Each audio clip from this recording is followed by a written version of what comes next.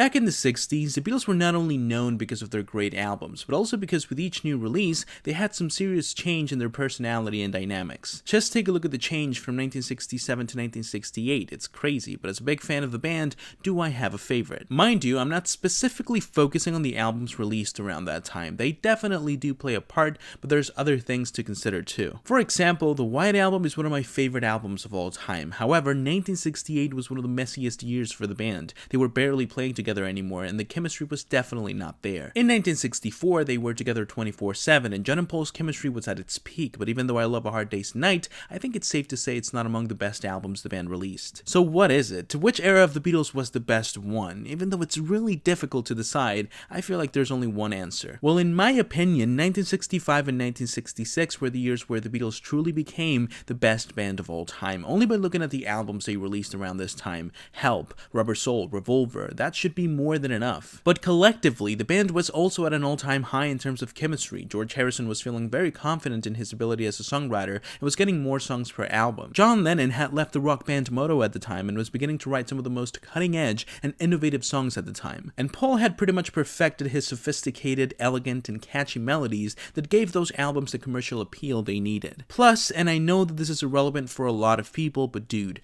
look at the fit. Look at the suits and the vibe they had around this time. Everything looks great. Basically, everything was iconic, everything was memorable, everything was working out perfectly. Well, almost perfectly. But hey, that's only my own personal opinion. I'm dying to see what you guys will have to say about this in the comments.